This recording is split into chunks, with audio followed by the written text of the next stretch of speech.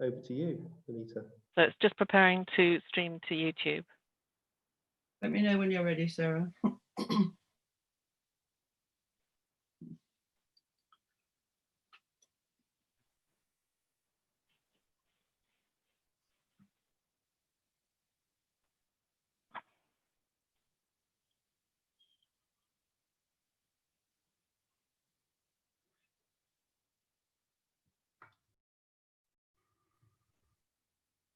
Sarah, I've got live on YouTube on my screen. So Yeah, it's live now. I've just turned it off, and I've promoted Sheila and Sarah to panelists. great. So we're ready. We're ready. Okay. All right. Good evening, everyone. Thank you all for joining us tonight. Please bear with us if there are any technical issues, but the minutes will be posted on our website as usual. As far as housekeeping is concerned, we've updated the rules on Zoom this evening to make more use of the blue hand for asking questions and for voting. So please listen carefully. For all participants, that's councillors, staff, and those who are presenting, you'll be automatically muted unless you're asked to speak. If participants want to comment or ask a question, can you please use the electronic raise hand icon, and you'll find it by clicking on the participants button at the bottom of your screen, and then there'll be a raise to hand icon for you to click on if you need to. I'll do my best to take questions in turn, but doing it that way, it means that all questions will come through the chair. In the same way, I'll ask respondents to reply and do that in turn as far as possible. Can I remind all participants, please, not to repeat a point that's already been made. It's important to hear a range of views, but I will be mindful of the time spent on each discussion, and I may need to end the discussion and go to a vote if time is short. If councillors wish to make amendments to existing recommendations, they will need to propose that, and another councillor would need to second that proposal before it goes to a vote.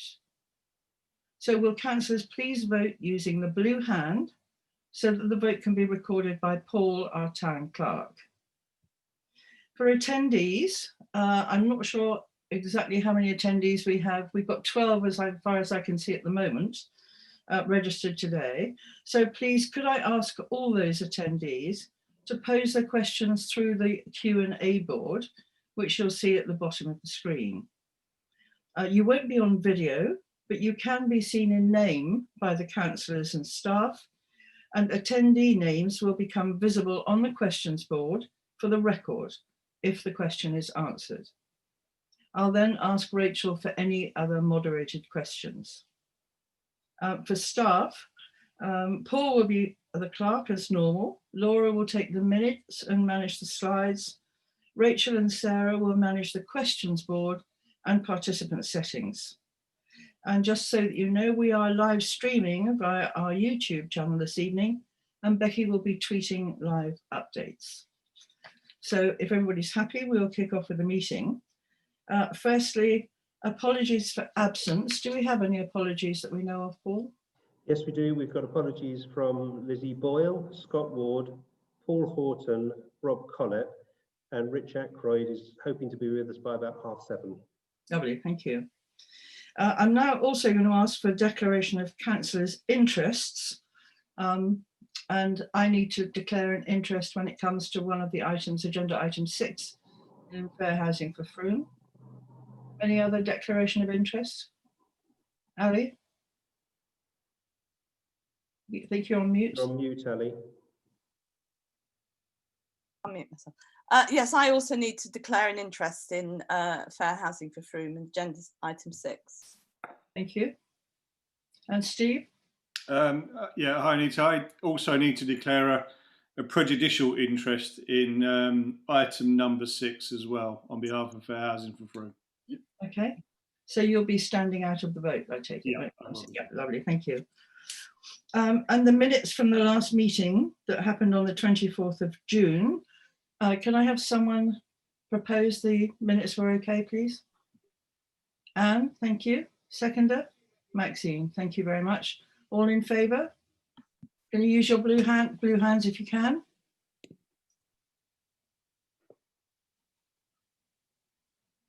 So that's Sheila and John. John's up, Sheila's up. I think that's unanimous. Oh, and Andy, we're trying to use the blue hand, but I see your hand is up for this, so it's unanimous. Are you okay with the blue hand, Andy? Yep. Sorry. Okay. Yeah, I just need to find it. Where is it? Is You're that up is, now. I'm You're on up now? Yes, Cool. you are. It's gone now. Lovely, thank you. That's Sweet. great. So, Maxine, have you got your blue hand up? I did, but they said put the hand down, so I put it down Okay. again. I think we're unanimous on that. Okay. Thank you. So all hands can come down. Thank you. Anita, Ali's got a Yes. point to make, I Ali? think. Yes, in the item 6 in the minutes from the last time, I hadn't quite realised that I had to declare an interest in FICO. So I just wanted minuted that I would have done that if I could have done it. Okay, thank And you. Ali, was that a prejudicial interest as a FICO Yes, shareholder? prejudicial interest. Yeah. The same for me, please. Okay. And Nick, the same? Same for me, please. And the same for me, please, Anita. Thank you. Okay, if there are no more declarations of interest, everybody's happy with the minutes. I'm just going to ask for questions and comments from councillors and the public, and I will take that in order. Firstly, to hear from any councillors if there are any questions or comments, but can you please bear in mind that it should be nothing that's, unless if it's related to a future agenda item, then you don't need to raise it now. We can deal with that at the time. So are there any other questions or comments that anyone would like to make at this stage from councillors? Nothing? And I'm assuming that goes for any Mendip district councillors or Somerset County councillors who might be tuning in, that they don't have any questions or comments either. Okay, thank you. And are there any questions and comments from the public? Anita, may I just say something on the road closure on the marketplace at this stage? Yes, of course. Yeah. We issued a news release earlier today about the road closure on the marketplace. It's been slightly delayed now until the likely to be the 25th of September. This is really unfortunate and something we hadn't planned for, but within the time scale of the project, which is due to complete by the 12th of October. So the road will be open on the 25th of October and the project will complete on the 12th of October. The hiccups we've had have been around the utilities, the sort of the pipes and the cables underground. When we sort of lifted the paving slabs, we discovered that those services were not deep enough down. So we've had to lower them, and we've been in negotiations with the district council on finding a way to do that. And that has resulted in a delay. That's unfortunate, but it's something that we couldn't have foreseen until we started digging. So that's one of the problems. And we've also recently found out that we're unable to put the different coloured tarmac across the road for the courtesy crossings.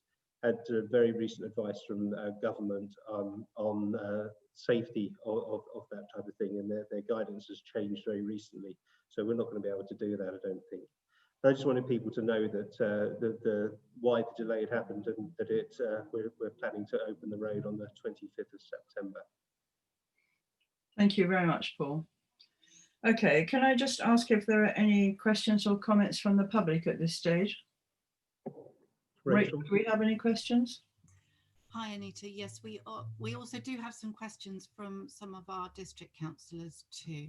So Okay. Drew Gardner would like to ask a question, and Councillor Shane Collins and Councillor John Clark. And then we have two other questions. Okay. Can we take them in that order then? Drew? Okay. Yeah, thank you very much for taking the question. I just want to say, over the past few weeks, I've been approached by numerous Frome residents and traders who have really enjoyed the closure of Marketplace, and they want it to be continued because it's completely changed the ambience of the town centre significantly and positively. It hasn't resulted in the traffic chaos that was predicted. Can the Town Council please consider an application following consultation with the people of Frome to Somerset County Council to extend the closure of Marketplace to through traffic at least until the pandemic has passed? It's a once in a generation opportunity, and I would like to give this my fulsome support. Thank you. Thank you, Drew. Paul, would you like to pick that one up? Or? I think the best way forward on that, Drew, would be to just take some soundings tomorrow from our councillors, and unless there's any councillors want to react to that now, and then perhaps I can work out how we would do that, and then I think we would need to explore sort of broaching that one with the community. But if I could sort of take that away, Drew, and sort of try and work up a plan about how to do that, if councillors, my councillors, town councillors, are willing for me to explore that. So because it's not on the agenda, it's not something you can vote on now. But so I suggest I email the town councillors tomorrow and just ask whether that's something we could take. They would like me to take forward. The recording. Does that sound all right, Drew? Sort of, Anita, is that sort of a proposal that might be able to be acceptable? Okay, that's lovely, thank you. Shane, would you like to make your point? Yes, just a very quick couple of notices I put in the Q&A. There's the e-bike day this Sunday at Cheetham Grange car park. Come and try an e-bike for free and possibly buy one, ditch the car for Frome dealings, and also the Frome hoedown street weeding on the 26th, 27th. We're up to, I think, 127 volunteers. So do encourage more people to join, and we will clean this town. Thank you, Shane. Okay, Sheila, you had your hand up. Was that something you wanted to ask? Yes, it was just on Drew's point. If we're going to consider it, which council meeting would it come to so people can actually express their feelings and reactions to that particular proposal? Would it come to council matters or a full council meeting, or where? I think this would probably be either a town matters or a council decision. It's not a council matters issue. Okay. Timing is everything on that, because if everything went in the direction that Drew is suggesting, then we'd need to move quite quickly to sort of close the road again. But the impression I'm getting, Sheila, is that councillors really need to vote on that, and I would agree. So the next Town Matters meeting is the 7th of October. Or are you suggesting that it might come to that meeting? I haven't thought that far ahead, to be honest, but that is the next Town Matters meeting. So okay, yeah. Thank you. Okay, thanks for your comments, Shane. I think it was John Clark next who wanted to raise a question or a comment. Do we have John with us, Sarah? No. Ah, there you are, John. Hi, everyone. Yeah, it's just to make an announcement, really, just to promote that Somerset County Council have now starting to launch their, I think, Climate Emergency Community Fund. Now, this is a fund available to town and parish councils and community organisations, and its applications are being accepted from the 3rd of October. There's going to be 2 periods of applications. I think the next one's in December. It'll be 6 weeks from the 1st of October to make people make the applications, and you can apply for from £5,000 up to £75,000, which is not an insignificant amount. And I'm sure a lot of councillors here, and certainly Anna Francis, I know for sure, is very aware of this fund. One of the things I think is interesting about it is it can be used for capital projects and revenue, and also it can be used for feasibility studies. It's not just implementation, it's feasibility as well. So I just wanted to ask the question whether Frome Town Council would consider making an application for this fund to undertake their cycle plan. I forget the full title, sorry, but I'm sure someone will remind me, for the town, which we haven't got at the moment. And this would be a really good opportunity to get this plan in place. And also cycleways and footpaths plan, I think it is. And also, it may also be a very real opportunity to look at some of the outcomes from the survey that the town council took not post-pandemic, so we're still in a pandemic, but post the lockdown period, and people identified the need for cycle paths and cycleways, and there was a number of proposals being put forward. A route from town centre to Stonebridge and along the Butts was another one, and I'm not clear in my mind where these have now ended up. And this would be an opportunity to seek funds to put those in place and actually see something really happen, really exciting happen in the town with the help of the county funds, which isn't often available, to be fair, because there's been lots of challenges. Thank you. I hope yeah, perhaps someone would like to respond to that, whether this could be considered as an application being made to this fund. Thank you. Paul, are you happy to respond to that? Yeah, I mean, as you say, John, we're very aware of that grant scheme, and there are quite a few potential schemes that we might want to submit applications for, and we're just going to have to look at that in the round. But one of them, it sounds, as you say, the walking cycling infrastructure plan. Is that what you were searching for? Yeah, I think that could well be one of them, but we want to just look at it in the round to make sure that because we're only going to have one bite of the cherry, I think. So we just want to make sure we're applying for the most likely to be successful one. But point well made, absolutely. Okay, can I just say, in the briefing that they've given to council, they've said that you can apply for a number of projects. It's not just one project. You just have to meet the criteria. Yeah. I guess they don't know how many applications are going to be made. So I would suggest you put in as many applications as you can. Obviously, you have to have a projected cost, etc., and some sort of plan. But you've done this all before, so thanks. Yeah, thanks for that. I hadn't realised that we're permitted to submit more than one. That's great news. Okay. Before we take any more questions, I wonder if at this point I could just jump in.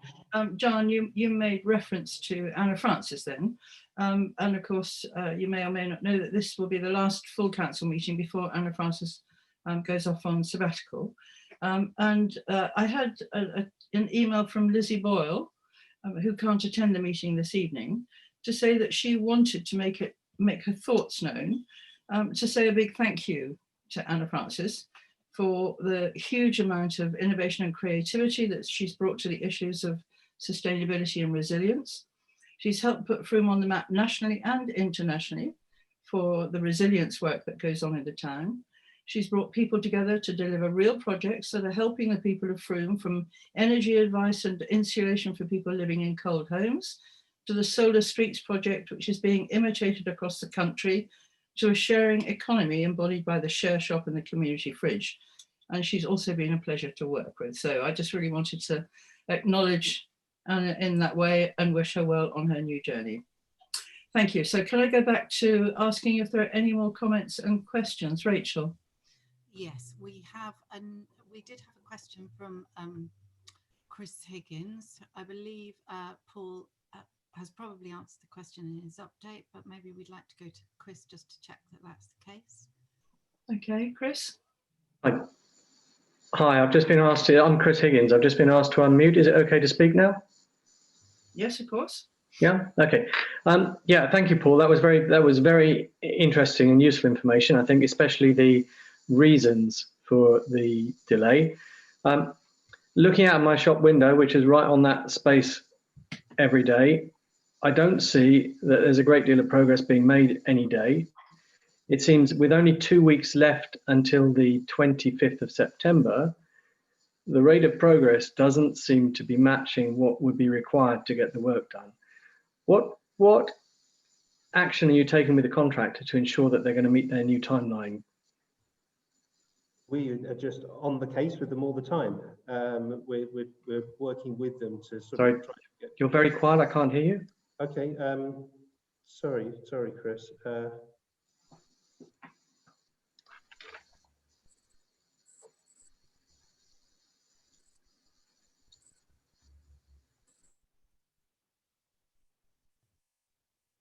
Is that better? Can you hear me now? Is that any better? Paul, we can all hear you fine. Okay. Yeah. Okay. Let me try and answer that one. I mean, we're working closely with the contractor and through our project manager as well. It's a funny thing. We can all sort of look at things from the outside and say, oh, they don't seem to be working very hard. We've equally had complaints because we've got them to work in the evenings and on Sundays to try and keep ahead of the schedule. We're doing our very best to keep them on track, and they are as well. I mean, it's in their interests, obviously, to deliver the project on time. So we're doing the best we can, Chris, I'm afraid. I mean, we'd love to be able to move faster. We'd love to be able not to have the problems we've had over recent weeks, but we are where we are. Okay, Paul, I appreciate that. I'll look out to see what happens in the next couple of weeks. Thank you. Thanks for the question, Chris. Though. Thank you, Chris. Any more questions, Rachel? Not just at the moment. We have another question which relates to the next item. Okay. So if that's all the questions. Sorry, I had a question. It's John Nelson here. John, I'm sorry, I couldn't see your hand. Sorry. Sorry, I raised a hand. No, it's just, I was just under the understanding that somehow the contractors had some sort of financial penalties if they did not meet the deadlines. Could you explain where we are with that and how we can use that to actually push them forward and maybe avoid taking the full financial hit of this delay? The project is due to end on the 12th of October, John. The road closure and the road lifting of the road closure is a part within that. If it gets to the 12th of October and the project hasn't completed, then I think the discussions will happen about penalties and things like that. Okay, great. Thank you. Thanks, John. Is everyone happy to move forward with the next agenda item?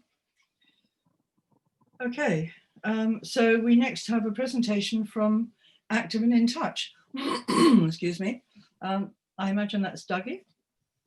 Have we got Dougie with? Sarah, is Dougie with us? You're shaking your head. Sorry, no, he's not listed on the attendees, and I've had no email. Yes, he is. He's on the attendees. Beg your pardon? Dougie, apologies. So what are we searching for Dougie at this moment? He's been asked to unmute. No. Oh. Hi, everyone hear me now? Yeah. Brilliant. Yeah. I had to be made a participant, but yeah, I'm on. I was also going to be showing a PowerPoint slide, and there was an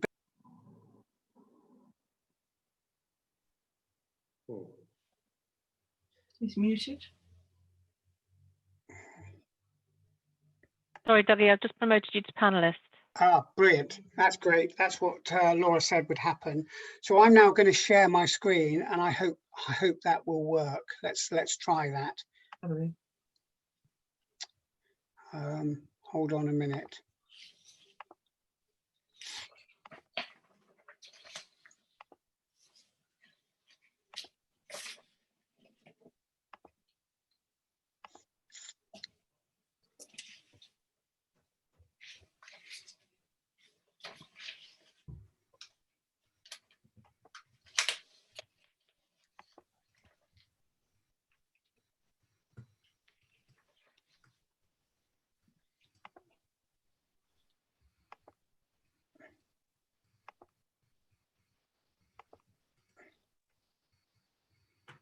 Can everyone see my screen? Yeah, we have it, Dougie. Brilliant. Good. I'll share it from the slides. So I've got 10 minutes, I think, and I've got 10 slides, and I'm really happy to take questions as the slides come up, or people can wait to the end, but I'm really happy to be interrupted. First, I have to apologise for the person on the right of this slide. I don't know how the scruffy man got into this photograph with a very smart Mayor and Ruth, who runs our Tuesday group. I've been asked to try and give you a view of basically what Active Touch does, but particularly what Active Touch has done for the last 6 months. I hope everyone has already heard of Active in Touch, but maybe not 100% aware of what we do. But I'd like to start, first of all, with saying that Active in Touch are extremely grateful for Frome Town Councillors and for the Frome Town Hall for all the support we have had over the years, but particularly over the last 6 months, where they've been really, really supportive. So what I want to just quickly talk about is the why, the what, the how, and then I'm going to do a SWOT, which is strengths, weaknesses, opportunities and threats. And I've got about 1 minute on each slide, so I'll try and rush through so that you guys have time for questions. This is probably the most important slide, and it's important that everyone understands two parts of this. The first is that Active in Touch tackles loneliness in all adults, so anyone over 18. And there is a perception that we deal with the older generation. And that is absolutely true, because most of the older generation who suffer from loneliness, it's permanent loneliness. But there are lots of young people out there who suffer temporary loneliness because they leave university, or they get a new job, or they move house, or whatever. So all adults. We don't do with anyone under 18 because there's just too many safeguarding problems. And then the second part of this slide, which is really important, is what some people talk about, the means and the ends. So we tackle isolation and loneliness, that's the means, but the ends is absolutely to improve health and well-being of individuals. And that must be how we measure our outcomes. And therefore the work we do with the GP surgery and the health connectors and SOMPAR are absolutely critical to what we do. So what do? We do 4 things, and I've put them there, but I'll try and explain quickly the 4 things that we do. So 70% of what we do is the second bullet point there, which is one-to-one befriending. And it's matched befriending. So we match a volunteer with a client, or we call them members, on their interests and their hobbies and the type of person they might like. So a volunteer might say they would like to have someone who is suffering from mild dementia, and we will try and match them up with that kind of person. Or they will say they want to be able to go dog walking with them. And so where we are massively different from a lot of organisations that do befriending is we match our volunteers to our members. And that is 70% of what we do.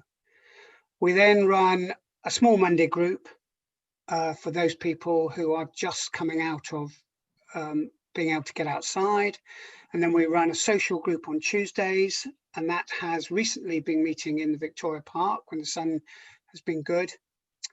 And then the main 4th thing we run is a new phone service where we have matched all our existing members with volunteers, with their volunteers, and their volunteer that used to visit them has just started phoning. And then anyone who has come on since lockdown has been matched, not with the same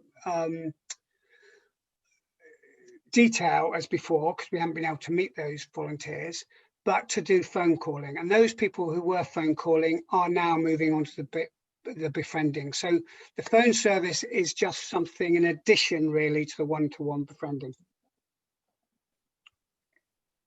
How do we do that?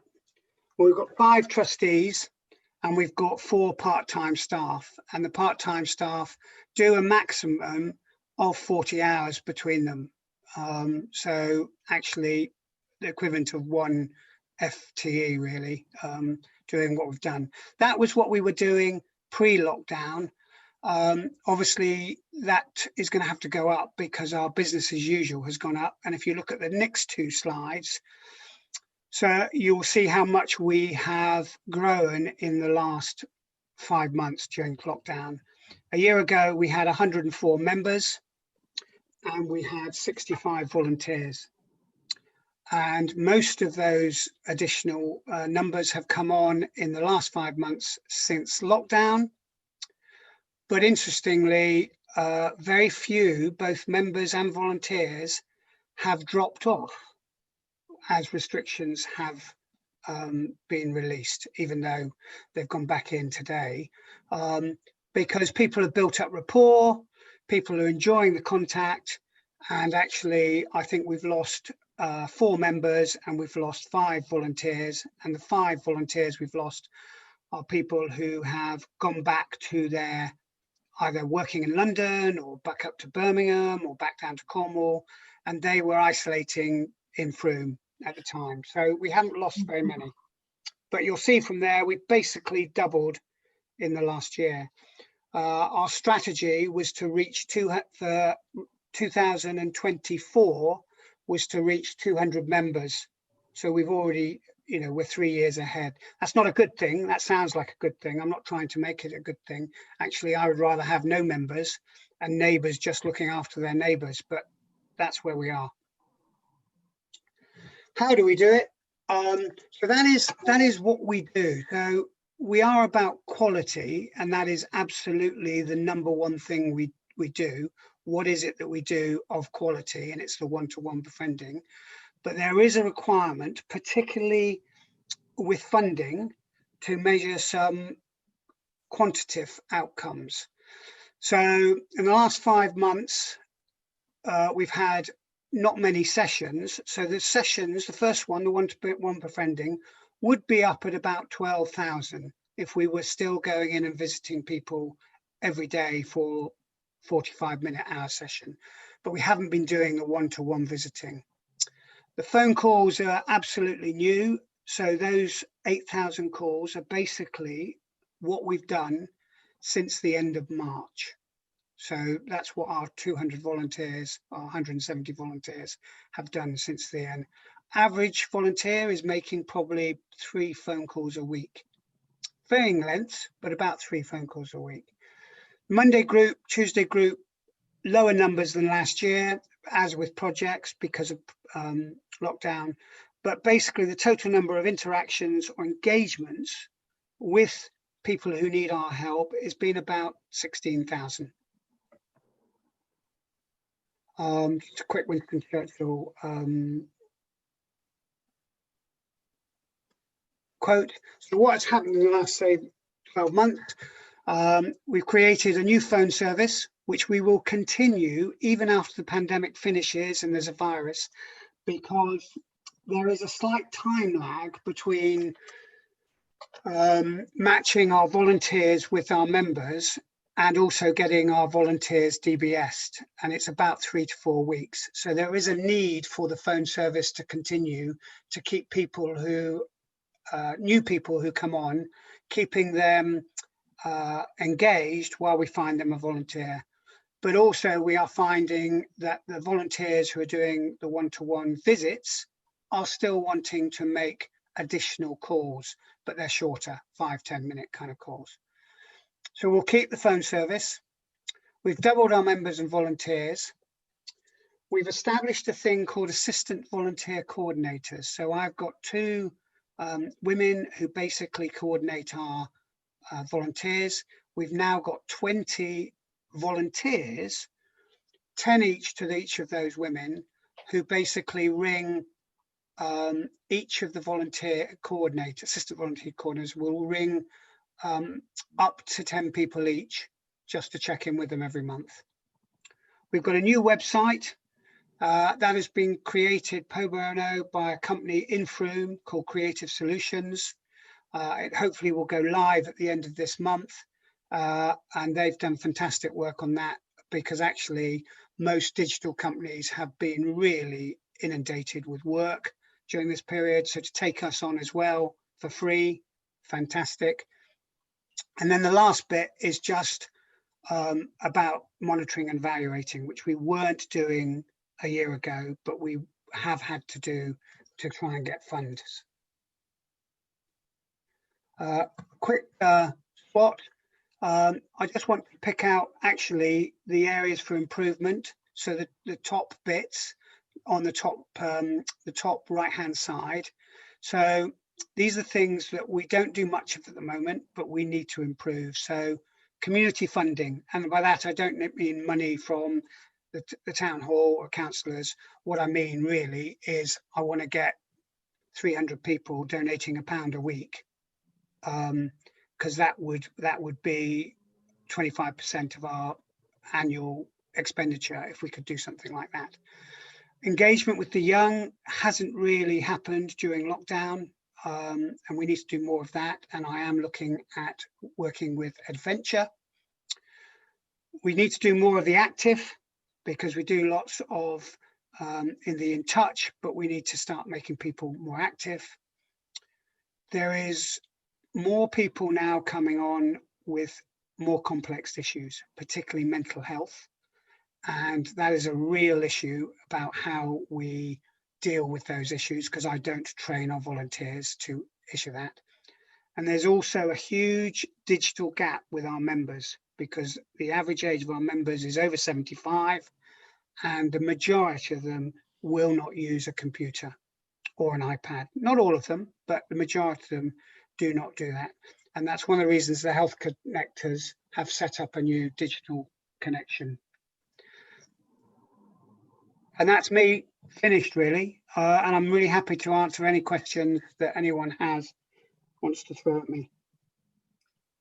Thank you very much, Dougie. So does anyone have any questions for Dougie? Anne has a question, I think, Anita. And then Maxine. Sorry, who was that, Paul? Maxine's got a hand up as well. Could Dougie undo the main screen so we can see everybody, please? Thank you, Dougie. Sorry. Okay, Anne? Dougie, I wonder, I'm a volunteer, and I wonder how you're going to deal with the meetups in the park with the new government restrictions that have come in today. How is that going to impact you? So it's going to impact us hugely, because from the 22nd of September, we were stopping those anyway, because I had taken a decision that the weather was probably going to start getting worse from the end of September, and we were going to use the assembly rooms. And the assembly rooms actually, before today, was big enough to host our Tuesday group. It will take up to 30 people, and that was going to be fine. We will have to stop that now. Which is a real shame, because a lot of people turning up for the Tuesday group, it is in many cases the first time that they have been out of their house in 5 months. And you know, I say that as someone who lives opposite Victoria Park, and probably was in Victoria Park at least twice a day for 20 minutes during the whole of lockdown. You know, quiet periods, but I was in Victoria Park. These are people who have not left their home, and in many cases haven't got gardens. So to go back into not being able to do that is going to be really hard. So the answer to the first answer is we won't be able to do the indoor stuff at all. I don't think it just becomes too difficult. If the weather stays well, the intention is to get a number of volunteers, so 5 volunteers having 5 people in their group, and they will go and use the park, but different areas of the park. So they mustn't be 20 meters away, because even that is seen as 2 groups that might be shouting across to each other. But there might be one that's by the bandstand, there might be one by the bowling green, etc. So the aim will be to still get the 25 people who turn up to the Tuesday group out if the weather permits, but we probably won't be able to do it inside. Thank you, Dougie, and thank you for everything you're doing. Thanks, Dougie. Maxine, I know you had your hand up. I see it's gone down now. And then after that, John. Maxine, did you still have your point to make? Yes, Okay. please. Thank you. It was only a really quick point. Like Anne, I also volunteer, and I just want to say to Dougie, not only has Active and In Touch managed to really quickly adapt to every single changing situation as we've gone along, and I'm sure you will continue to do that, but you have looked after your volunteers really, really well. And I think that the support network that you've got is probably second to none in that you look after us and we look after members. But I also want to thank you because through volunteering, I have made a lifelong friend out of my member. You matched us so perfectly. It has been one of the, when I think back on my experience of COVID, it's active and in touch and meeting this member that I'll remember. And I really wanted to thank you for what you've given us as members and almost given us something that we feel we're doing. And that matters as much, I think, as what we're doing for the members. So just a big thank you. And I want you to know how much we will appreciate you. That's very kind. And I'll tell you what, the volunteer, within 2 weeks of lockdown, I had 80 people volunteering when those people were having to cope with the lockdown themselves. And people forget that. People forget that people were volunteering, but they were also people who might have been self-isolating because they had a heart transplant, you know, but they were still saying, I can make a phone call. So volunteers have been brilliant. And actually, if Active in Touch could stop and not be needed because everyone just looked after their neighbour or found someone who lived within a 5-minute walk of them that they could help, then we wouldn't need Active in Touch, to be honest. Yeah, wouldn't that be lovely? John, you've got a question? Yeah, no, it's just really quick. It's to say, you know, congratulations for the achievement over the past year, because of course it's been a situation where things have happened, but I think you've done great work. And for the park issue, I would suggest that we could approach the bowling club, who have the bowling club house, which is there in Victoria Park, which has a dining room that possibly it could be used at some time for you to actually have several different smaller groups sitting together, because it's big enough to have social distance. Anyway, it's just a thought. You might want to approach them. Yeah, it's a good idea. Thanks, John. Dougie, thank you very much. You obviously you deliver such an amazing service, and I think all those people in Frome who utilise the service, by the sound of it, members and volunteers alike, are extremely grateful. So lovely to hear all about it, and long may it continue, and long may it reduce in need. But thanks again. And Andy's got his hand up. Andy Palmer. Andy. Yeah, thanks. Yeah, Dougie, just on this, the changes to the rule of 6, Boris. Could it not be possible for you to book spaces in, I don't know, a bar or coffee shop where you could do it so that you could independently have these groups so that they're not sat together? Is that not a way around it? It's really difficult because we have like 3 volunteers who organise it.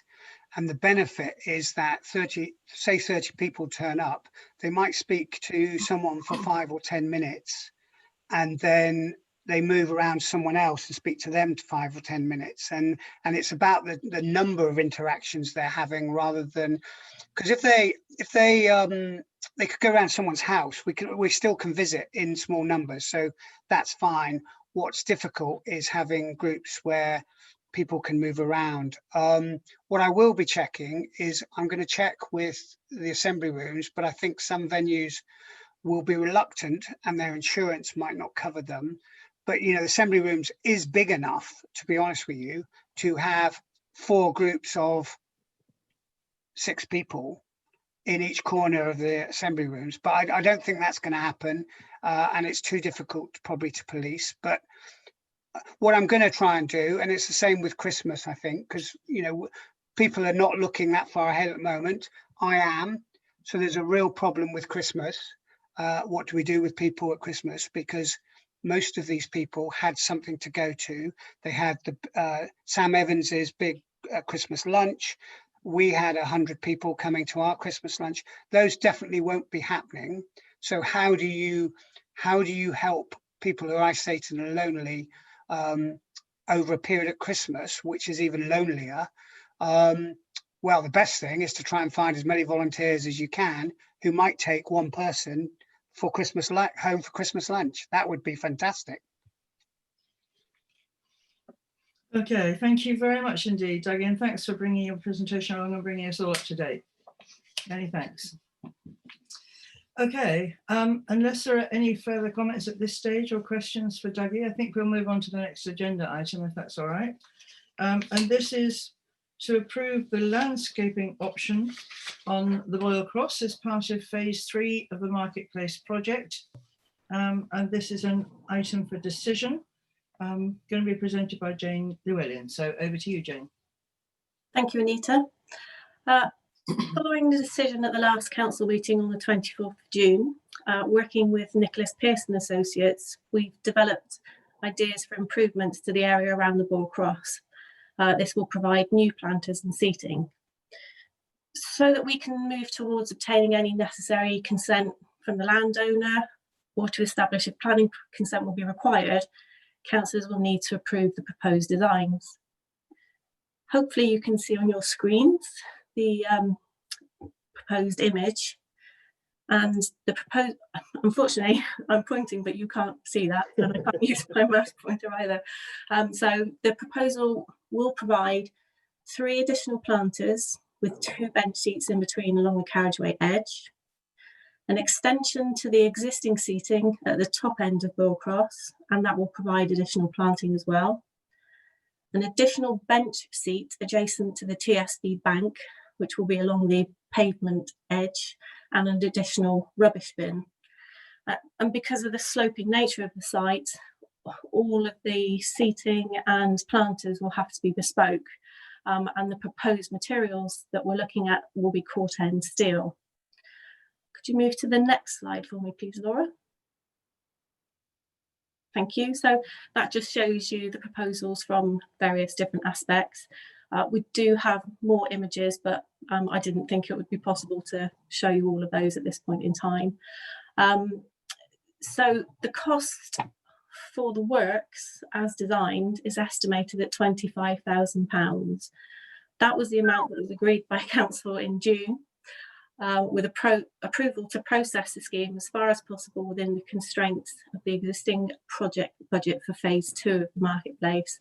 I should say that that also includes the landscape architect's fees. I can now say that it is unlikely there will be any contingency money available from the phase 2 works. However, we will be looking at the following funding approaches. So we'll be looking for sponsorship. Initial conversations with the Chamber of Commerce suggest that there is an interest in sponsorship from local businesses. We'll also be looking for external grant funding. We haven't identified any funding yet, but we'll continue to explore this. And then lastly, council funds. It is the intention to explore all of the other sources of funding before we identify how much might need to be drawn from existing council budgets.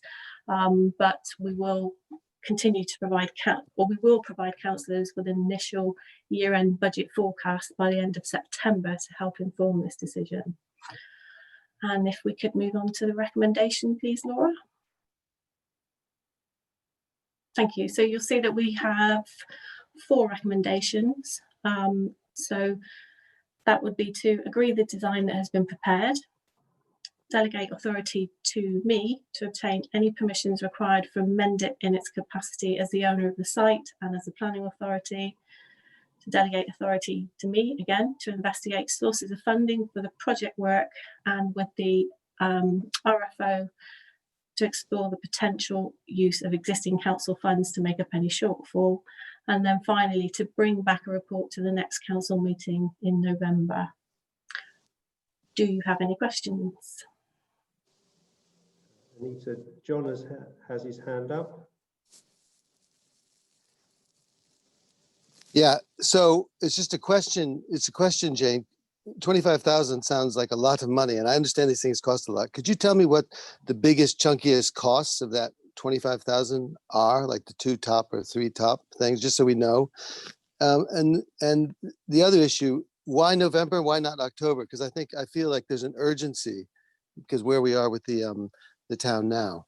So just if you could help me, thank you. Yeah, sure. So the first element of the costing, it's not necessarily the actual planters themselves, it will be the structure that supports them, because as you'll all be aware, the boil-cross slopes in more than one direction.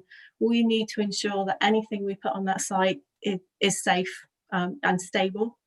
So it is really the bespoke element of both the planters and the seating, maybe not the rubbish bin, that is making the costs that much.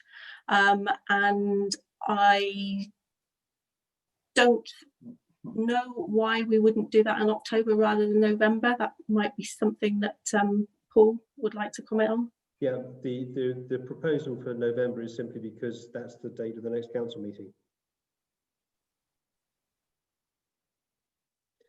Is there, sorry, is there no way to speed that up? Just because when we made the decision originally, we were sort of really targeting trying to finish this by end of the works down there. So the sooner we could do that, I think would be much appreciated. I think that's, I don't want to speak for others, though. Any more comments or questions? Nick? Yeah, thank you. I was working with Jane on this, or Jane was working, and I was just hanging around listening to her advice mainly. I mean, John's point is really valid. When we had a recovery group that was formed during the pandemic initial early stages, one of the things we talked about was trying to find something tangible that we could do for the town and the town centre that would give a sense of we're looking forward, we're planning for the future, we are trying to, you know, retain the sense of Frome as an exciting, different, alternative town with, you know, its great independent shops and hospitality premises and so on.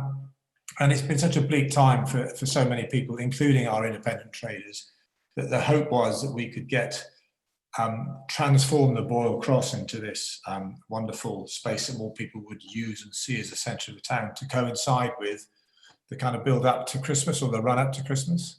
Anything we can do to sort of help support our local traders and business people, anything we can do that will encourage people to come to the town, to say, oh, that looks an interesting place to come and stop and visit and go and spend time in, that would encourage Frome residents to think, oh, we'll come in.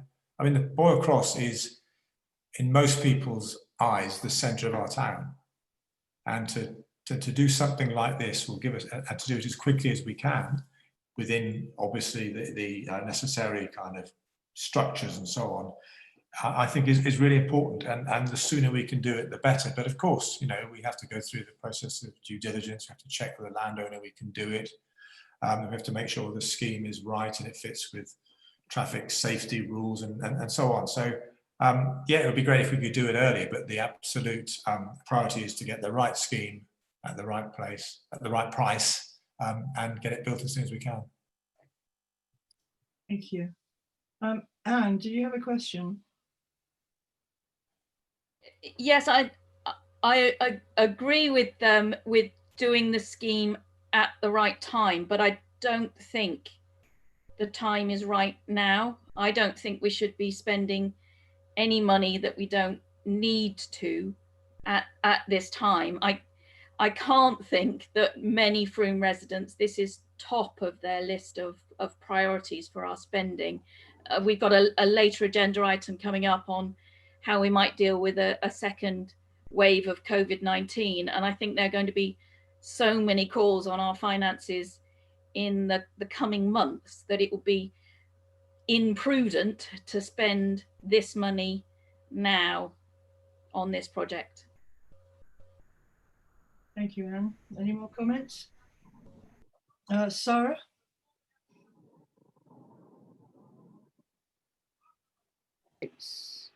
If not now, when? There is always going to be a reason why we should delay something. There is never going to be a time when people are going to accept this as something that should be a priority. It seems to me that we either go ahead and do it, or we just don't. We either have the balls and go ahead, or we don't. Thank you, Sarah. John, you wanted to come back on it? Yeah, I mean, I think let's bear in mind that we raised the precept 20% this year. So town income has raised 20%. And we have some COVID issues in terms of our deficit. But we have cash there. And I do not think, I think actually the reverse of what was just said by Anne. I think now is the time. This is the time to do it, because we're trying to bring this place back to life. And I think it'd be a great thing. I think it'd be really popular also. So anyway, thank you. That's all. Thank you. Thank you. Rachel, do we have any questions? Anita, John, I can see your hand up too. And Ali's had her hand up for a little while as well. Sorry, Ali. Shall I take you in that order then? Ali, John, and then Rachel. That's okay. I think this is a really difficult one, because it's like, what we don't want to get into a hierarchy of spending. It's like, is creative stuff more or less important than other things? And I think, for myself during lockdown, I sat on all kinds of benches that I'd never sat on before with my cup of coffee when we were allowed that. And it was lovely. And I think the town centre does need some more sitting space. And I'm wondering if, I know we've had some discussion about the Saxon Vale EMR, and there's some, myself included, not wanting to whittle that away on nothing, but it is there for the moment. And I'm really kind of proposing that we actually borrow the money so we can do it really quickly. And that when we know where we are for the next financial year, that we pay it back. But actually, I do think we need to do it quickly if we're going to do it. And I am in agreement with Sarah. There will always be a reason not to. And I think, people will complain, because that's what people do. And some people will love it. And I think to have a few more benches and some planters will be a real asset to people who maybe only get out of their home for a short while if we have another lockdown, for instance.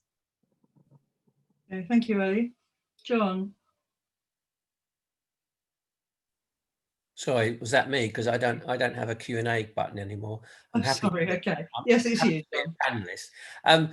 This is a very difficult one, isn't it? And I appreciate what everyone is saying. And yes, there is never a right time. What I do feel is very positive is that this is an opportunity to really enhance the town centre and make it a more of a vibrant space. And more of a green space. I'd like to see much more greenery on the Market Cross area, perhaps some beech trees being planted in old water tanks, for example. And yes, the cost does seem high, and people will say, as they have done today on social media, how can we spend all this money when there are other priorities? And there are priorities. I think what's important here is that Frome Town Council really communicate the rationale behind this decision if you do agree this expenditure tonight, and put on your website the reasons and some of the comments that have been made as to the importance of agreeing to this proposal. And particularly what Jane was saying, this isn't about the town council funding it all. There will be opportunities for certainly businesses to promote this and brand things. And it's not about necessarily 25,000 being spent by the town council. And yes, you did raise your preset by 20%, and that's a significant sum. And you do have an EMR reserve, which I would have thought this was a capital expenditure and therefore could be allocated to that. And yes, there is, as Ali says, a danger that this money is whittled away. But nevertheless, it is about improving the town centre, not just for tourists, but for people who live here. And for people who live here, that's the most important thing. Just my observations. Thank you. Thank you, John. I promise you to Rachel next, and then I'll come to you, Ali, and I think Sarah and Sheila. Okay. And Andy as well, Anita. Sorry? And Andy Ridmore had his hand up as well. Okay. Yes, Anita, just to let you know that we do have a question from a member of the public about this item. I don't know whether you want to finish with councillors first, or whether you'd like to go to James Ramsey. Yeah, I'm quite happy to take that now.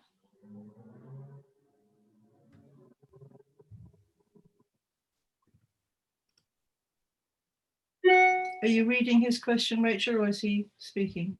I think we can. James?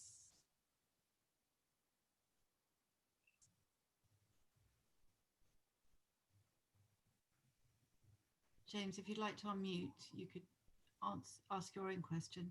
Hi there, yes. I'm just in complete disbelief as the amount of money that Frome Town Council may or may not add to this fundraising for these benches that aren't needed at the moment, and the creations of such proposed planters, similar to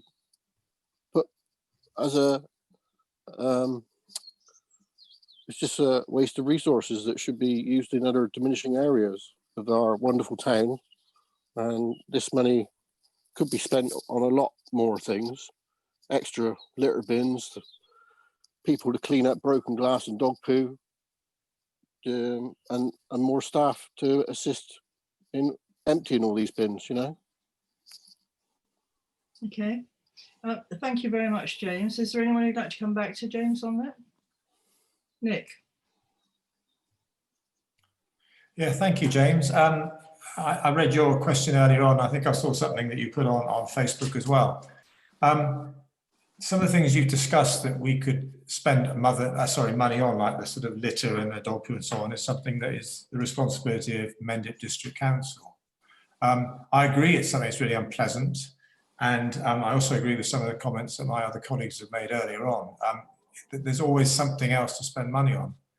When I think about Frome Town Centre, and I remember the first time I came to Frome and I drove through it, and I just drove through what was then just a car park. Didn't notice that we had there this beautiful cross and fountain and plinth that are listed. They are, you know, the heart of our town. They're where people come for Christmas, sort of sing carols, and we come for the Saturday and Wednesday market, though that's fallen off. The money does sound enormously expensive, and when we first got the figures back, I was shocked as well. But when you consider how important it is that we get this right, that we build the right quality, we build things that are safe so that people can use them without worrying about them falling over, things that don't rot. So it'll last for hopefully way beyond a lot of our lifetimes, and will be there as something significant for people to remember and to see and to enjoy, and hopefully we'll be able to enhance it further and add more planters. There is a bin, only one, but there is a bin added to that space in this scheme. And there are already 2 bins next door to at the end of Cheap Street, so within very close proximity to that area. So there is structures in place to capture that side of things. We will never, ever please everyone on this. And it's such a subjective thing. You know, I first came at this thinking I could get some free concrete planters that were going to be donated. But, you know, some people were horrified at that idea. We've had to go with the advice of professional landscapers, people who understand this, who've done this in similar things in towns across the world, take their advice and make sure that we're going to build something that Fromians and visitors to Frome will be proud of and appreciate the quality in years to come. Sheila, I think there's Sheila. Thank you very much. Sheila and Sarah and Andy Rinmore and John Nelson also had his hand up, and Steve Tanner. I don't have any order on my screen here from those things. Can I just start with you, Sheila, and then maybe I could be reminded about who comes next? Sure. Thank you. Sheila. Hi, thanks. Thank you, everybody. This has been a complex one to actually get right. And I just wanting to ask for a bit of clarification here. There are various elements in this, in the recommendations, one of which is that we have to accept this design. Now, Nick, you said that, you know, there were things that we needed to check still, things to do with, was it conservation maybe? I'm not sure of all the elements, but if we find that, that say the conservation officer says, you know, you can have benches and planters, but you can't have these.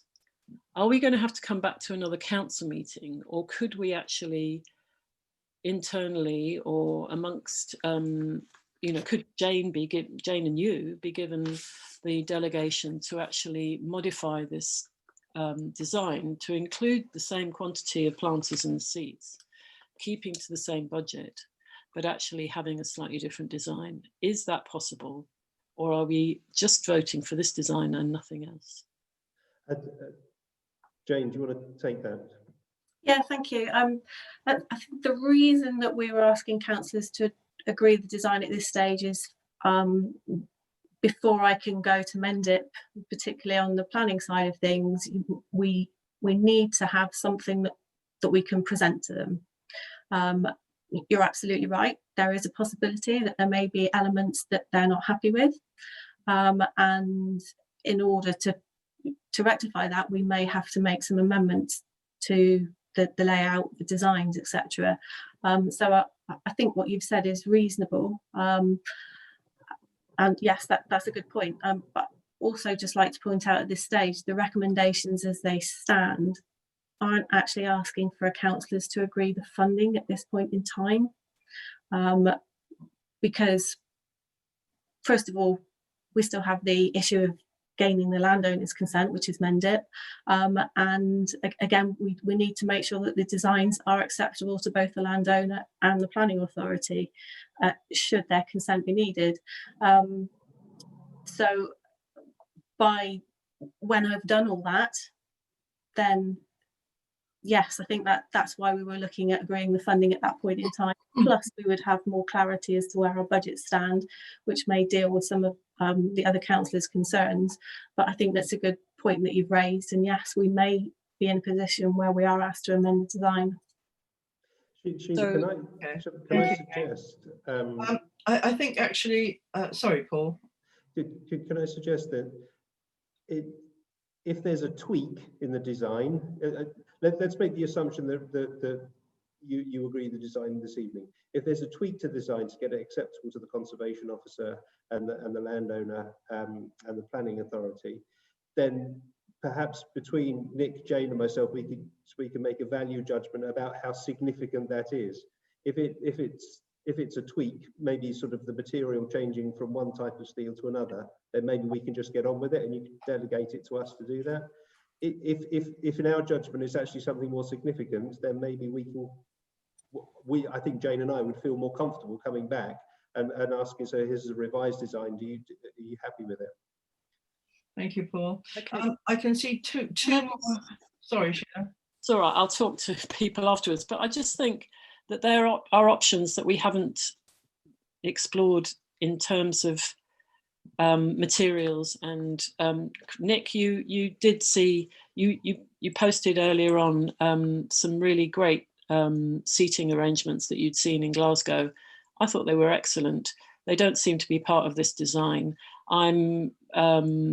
You know, and there are other options that would look different to this, but maybe be more sympathetic to the actual style of Boyle's Cross. So that's just what I'm querying. It's not really the money, because I think we have spoken about how we could possibly work with that, but it's the design that I'm concerned about. Thank you. And I know that this has been going on for ages, and I really apologise the 11th hour of me making this suggestion, but it's only recently that I've realised that some other options might be possible. Okay. I can see three more blue hands up, and I think this is getting to the stage where we have got differing opinions, we know that. So I think maybe just one more, and then I think we'll bring it to a close, if that's all right. John, I think you were first. Okay, so thank you. So for me, it's just three issues. One is three words: money, garbage, and power. So money, I think this would be useful for the member of the public, Mr. Ramsey, I think, who asked the question originally, to clarify that actually the funding for the center town stuff is separate, completely separate from what we're talking about in terms of the market square. And I think that's good for people to understand where the sources of money, because it's different sources. It's not, you know, it's not the standard thing. And I think it's not clear to everyone because they feel like their precepts going into the town center in that way. Garbage, yeah, I totally agree with this whole point, and Paul made it well. The fact that we don't have the power. This is not our responsibility. That's MENDIP's responsibility. So the power issue is that we're going through this discussion about the changing council situations, and these are powers that we can bring back to Frome. That are actually, we could be responsible for this. We could be funded to do that, and that would be a different way because we could be much more responsive to the local people. And I think in that case, and of course I fully support this proposal to move forward with the existing design. Thank you. Okay, Jane, back to you. Thank you very much for your presentation. So would you like to talk us through the recommendation, please? Jane, just before you do, I just wanted to, Rachel's had a hand up, someone from the public, Anita, that. Sorry, Rachel. Quite a long time, sorry, I hadn't noticed it before. That's right. We've just had a question from Philip Clark, who's asked us, has maintenance of the planters been included in the costing? I think that's quite relevant because there has been a lot of comments on social media today. over 280. Okay, sorry, can you repeat the question? So has maintenance of the planters been included in the costing? Okay, thank you. Jane, would you like to take that one? Yeah, so we've had discussions with Chris Stringer about the maintenance going forward, and this is something that in terms of the planting would be taken on by our ranger team. The planting, again, it is hoped that that will come out of our separate budget for town centre planting. We haven't actually designed the planting scheme at this stage because we didn't want to put effort into that if we weren't going to go forward with the actual planters and seating themselves. Ongoing maintenance of the actual planters and seating, I would be hopeful, given that that they're made from Corten steel, the planters themselves, that there shouldn't be too much maintenance. But we haven't put an exact figure against that. But I anticipate that it would be minimal, and hope that maintenance won't be required for some time going forward. Thank you. Rachel? Sorry, and one final question that's coming from Katie Duke. Are you keeping the planters that currently guard the steps where accidents occurred? There is need for a handrail somewhere. Is that something you can answer, Jane? Yes. I don't see why we couldn't keep the planters that are there as part of the scheme. And as I think Nick alluded to earlier, going forward, if we get the opportunity, it is a scheme that has the potential to be added to. In respect of the handrail, this was actually something that we discussed with Mendip when the original works were done, and they would not give us approval to put a handrail there, which is why we haven't reconsidered it as part of this scheme. Okay, thank you. Right, so let's have a look at the recommendation then, Jane, please. Is Laura able to put that up? Yeah.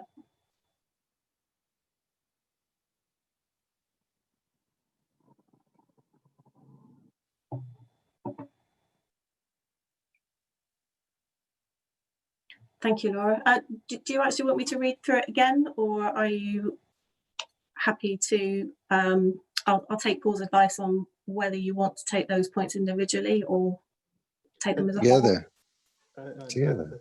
I think because people have, Sheila, for example, has had some concerns about the design. I think we ought to take them separately.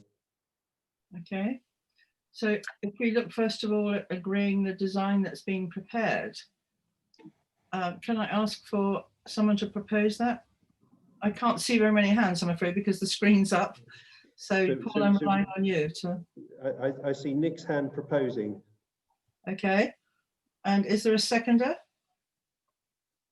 I can see Rich seconding it. Okay, and can I ask who, if there's everyone in favour? Again, I can't see the hands that are going up. So if you can either have your blue hand up or your big hand. I'm unable to find my blue hand at the moment. Okay. 1, 2, 3, 4, 5, 6, 7, 8, 9, 10, 11, 12. So there's a majority in favour of the design. Okay, thank you. Is there anyone against? And I think Sheila has her hand up. I think that's the only one against. And is there anyone abstaining? And Mark is abstaining. Okay, thank you.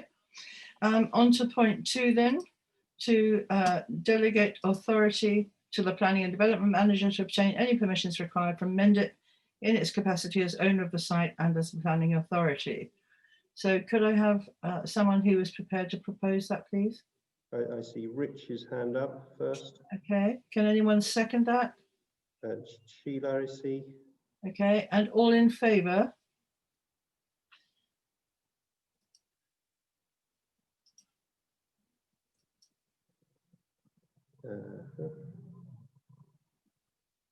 That's a majority in favour. Thank you. Is there anyone against? I don't think there are. And is But there maybe- anyone, sorry, anyone abstaining? So I must have got that wrong then. That was unanimous. Can someone say if they didn't vote, just so I make sure I check? Okay, so that's unanimous. Thank you. Recommendation 2. Okay. And the third point is delegating authority to the Planning and Development Manager to investigate sources of funding for the project and work with the RFO to explore the potential of using existing council funds to make up any shortfall. Proposer, please, for that. That's Nick, I see, and then Sarah. Okay. Sorry, sorry. I'm one step ahead of you, Anita. Yeah, that's fine. Don't worry, that's okay. And all in favour, please.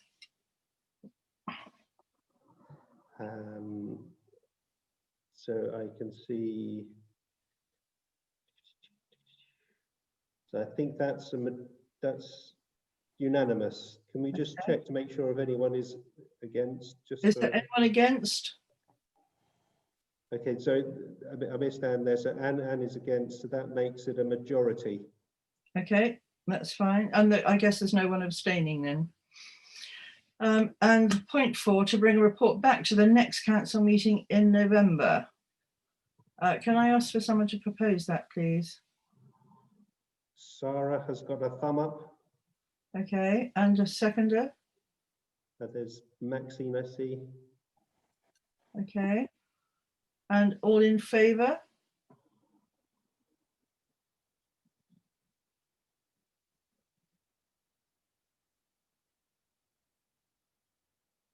Anita, are you voting on this? Yes, sorry. Yeah. That I think is a Sarah. Have you got your hand up? Yep. Okay, that's unanimous, I think. Can you just check, Anita, to see if there's anyone here? Is there anyone against? Or anyone abstaining?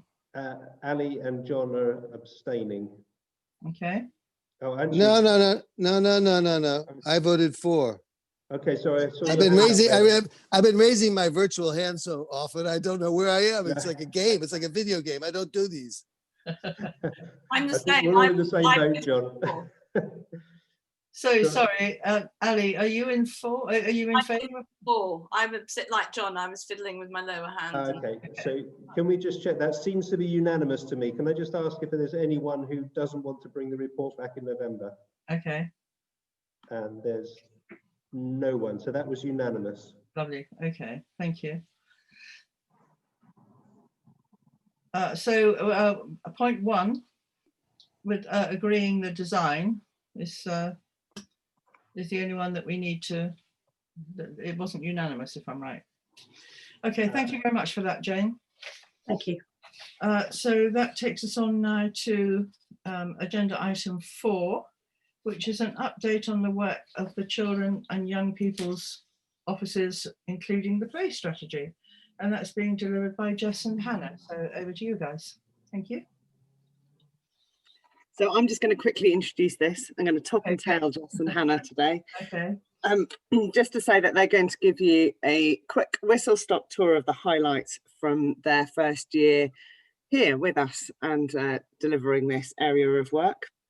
So they'll give you a little bit of a run through and then go through the priorities that we're looking to work towards over the coming months. So over to you guys. Thanks. I think it's me first. Laura, could you move on to the next slide? Okay, so this is one of 2 slides about highlights from the year. So we commissioned a detached youth work project that was initiated with a trial funded by Frome Town Council and Live West, and then it was continued via funding from the Violence Reduction Unit, which is part of the Avon and Somerset Police. And the VRU funding also enabled us to coordinate a series of activities targeted at young people at risk of antisocial behaviour.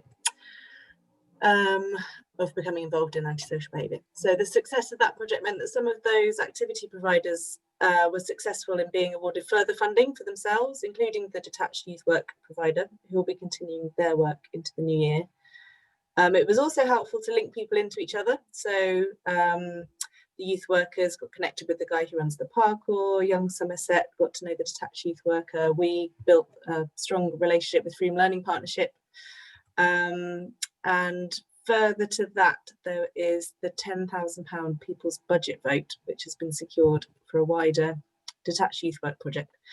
And we're interviewing for that on Monday.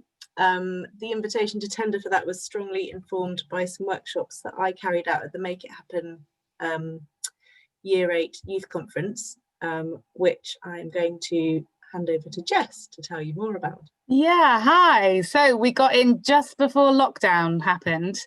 Can everyone hear me okay? I've not come up on a screen. Thanks, Jess. Yeah, great.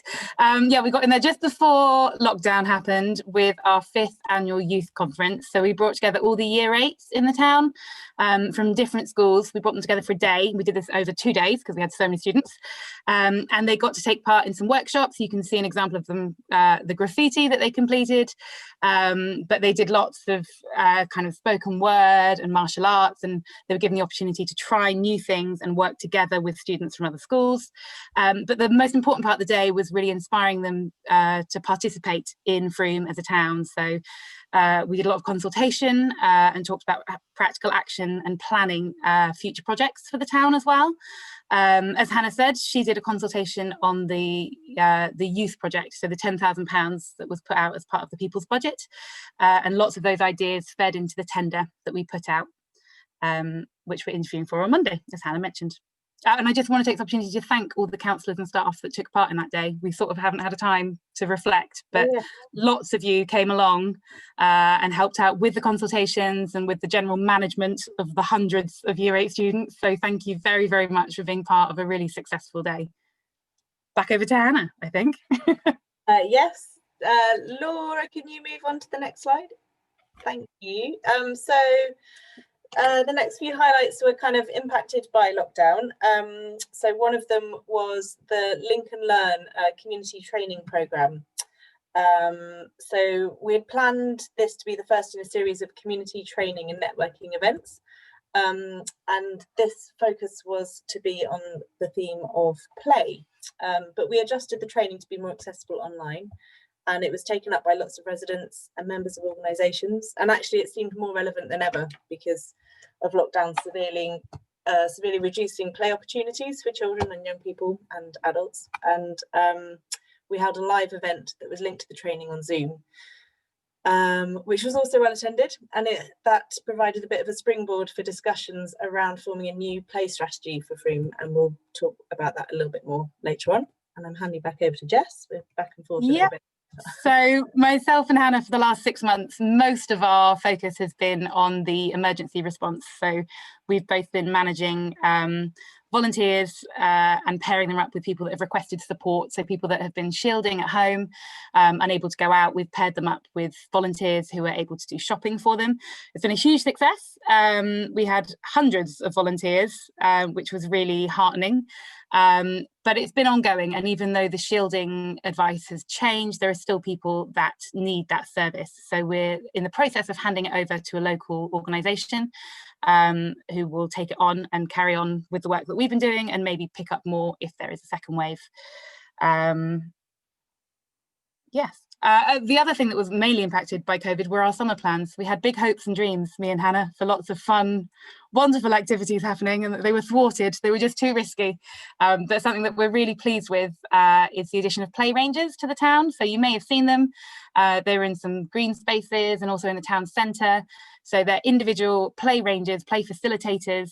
You might have seen chalks and bubbles, and they just engage with people who are already out and about and inspire young people to be creative. They maybe do some games, and that's also going to feed into how we think about our play strategy, which we're going to come to later.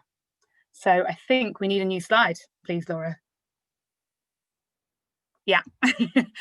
So going on to what the future holds for us, quite a large part of my work plan is the Family Connect project, which is a family information service at town level. So it became quite apparent that there was a gap for parents, for young people, even for professionals, in terms of information about what services are out there and signposting people effectively.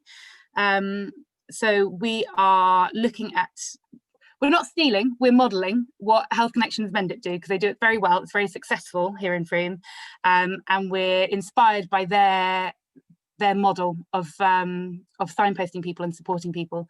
So we're hoping to embark on a virtual service first off. There'll be a component that's part of the Frome directory. So people will be able to access lots of information on our Frome Town Council website.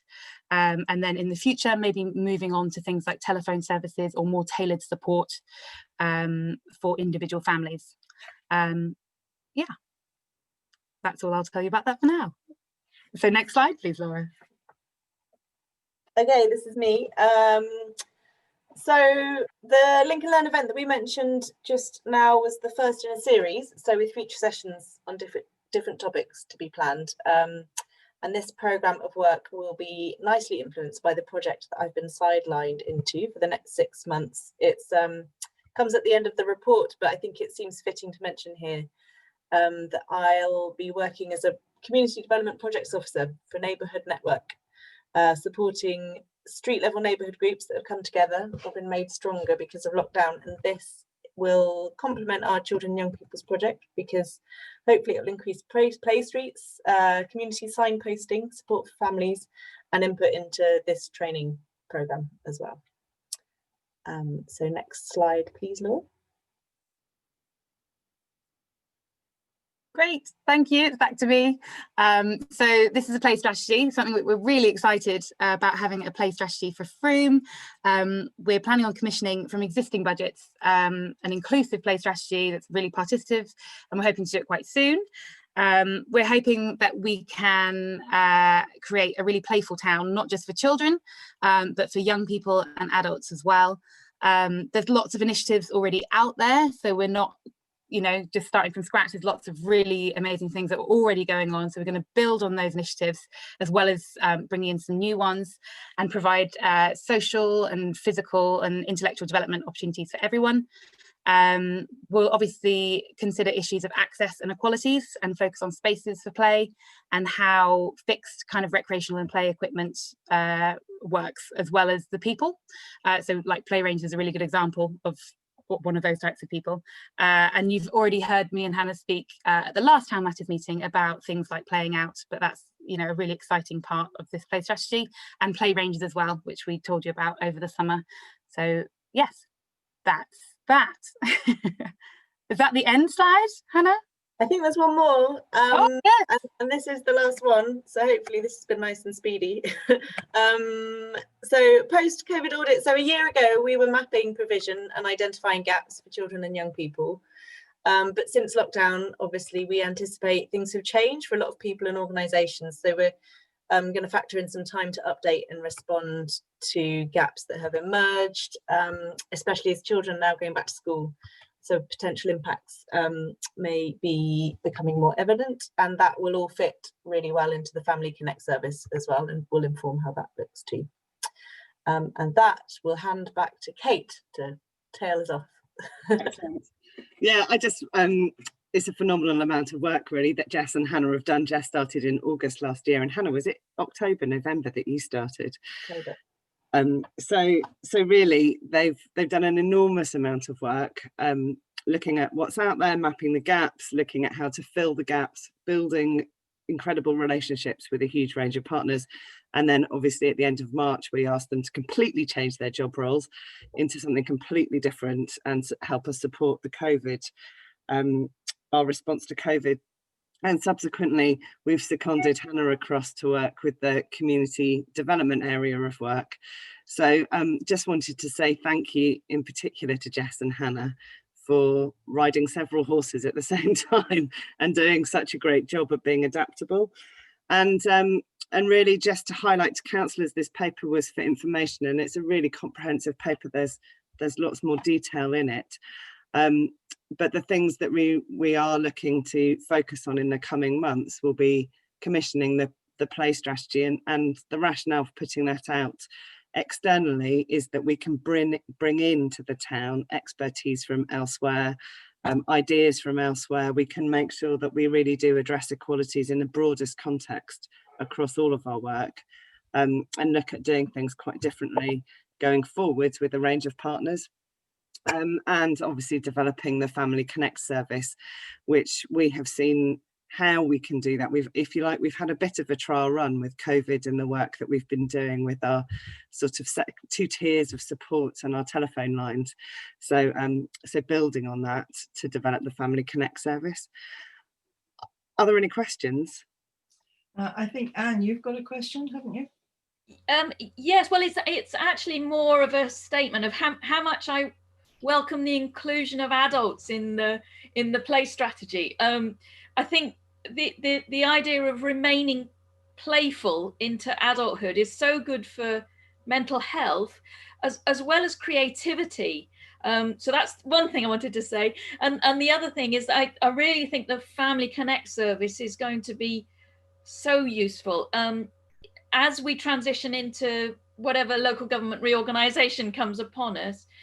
There are likely to be gaps that we have to fill in higher levels of local government, and I really think that the Family Connect service is going to be a way that enables us to find out where those gaps are and put people together to fill them, not necessarily fill those gaps ourselves. But yeah, great. Thanks, Jess and Hannah. Great. Thanks. Are there any more questions for Jess and Hannah? Andy. Yeah. Yeah, hi, good evening. Yeah, I just wanted to say a big thank you from all of us, really. I'm in awe of you guys. You guys have done such a good job, done a really incredible thing with switching up your roles and adapting and being dynamic. And it's not, it's been noticed, and it's really inspiring and everything. So thank you very much. You guys have been really good. Yeah, well said, Andy. Okay, so thank you very much, Kate, Hannah and Jess. Good work, thank you. Okay, so the next part on the agenda is item 5. It's an update on the work about the Wildabout Tree Officer. And that's being delivered by Chris. So over to you, Chris. No, it's Helen. Oh, so Helen, I'm so sorry. Oh, yeah.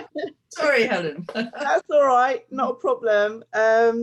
Good evening, everyone. For those of you that don't know me, my name is Helen Viner, and although I've previously worked at Frome Town Council covering Emma Parker's maternity cover, this is my first time presenting at council, and my first gig, shall I say, is the appointed Wildabout Trees Projects Officer. So I'm excited to be here, thank you. Firstly, I wanted to say it was quite an unusual beginning. Starting a new role during lockdown wasn't what a lot of us were expecting. And during that time, it's fair to say my role has taken on a number of different forms, from being on the phones to supporting volunteers. Recognising, particularly now, how we engage with nature and just being outside can have such a positive impact on our well-being. During lockdown, we wanted to provide a number of different ideas for nature activities that could be done at home or out as part of the daily exercise for families. And we've been filtering these activities out every few weeks on a Friday the past few months. So let's talk about trees. You'll find all the details in the Wildabout Trees report. However, there's been some updates since which I'd like to share, and also a few things I wanted to highlight. Firstly, and I don't know, Laura, if you could put up the first slide. This is our proposed plans for planting at Mary Bailey. The trees will be focused along pathways and around the edges of the space, leaving the main grassland, a grassed area for play and recreation. And planting will consist of mainly whips, though several more established trees will be planted at a few key spots. Trees to create shade will be planted along part of the children's play area. A tiny forest will be stretched along the dipped land adjacent to the line of mature trees, and benches will be positioned in between trees along the line of tennis courts, and bulbs will be underplanted. Keeping sight lines will be key and important for both Mary Bailey and Rodden Meadow. And the following image is our plans, proposed planting plans for Rodden Meadow. I don't know, Laura, if you could pop that up, thank you. As you can see, the main meadow area will remain open and hold focus to a single mature oak tree that's already situated there. And the planting would around the edges and directing pathways will be a focus. A tiny forest will be planted at the eastern end of the meadow, and more trees will be planted within the central hedgerow. Some key planting will bring seasonal colour and areas of shade around the planned pond. Succession planting will be important, and some smaller trees and 2 picnic benches will create focus in the smaller area by Willow Vale. So we are excited that we are planning 2 tiny forests, and the aim is to plant 600 native trees with over 30 different species in the area size of a tennis court. Now, evidence supports that tiny forests can absorb carbon dioxide up to 30 times better, can be 30 times denser, and see 100 times increase in biodiversity. There does need to be some consideration around costs, site preparation and maintenance before we fully commit to this. However, it would be fantastic to trial this method of tree planting and follow their growth. Now, consultation is important to us, and we've learnt some valuable lessons from the planting days at Waylands and Birchhill Lane in February. And now we're looking ahead.